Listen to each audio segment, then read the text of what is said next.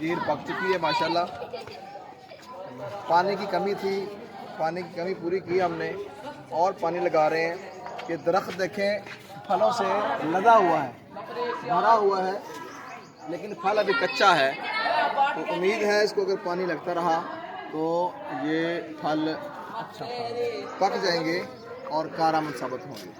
انجیر ایک جنتی پودا ہے.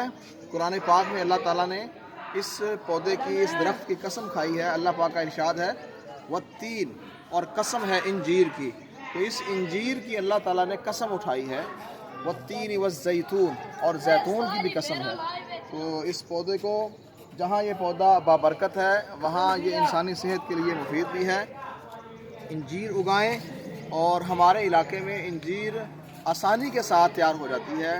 ہر شخص کو چاہیے کہ اپنے گھر کے اندر دستیاب جگہ میں انجیر کو اگائیں اور اس پھلدار درخت سے استفادہ کریں.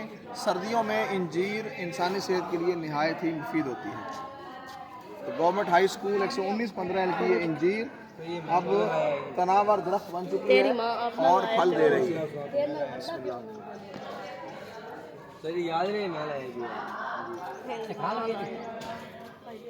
بند کریں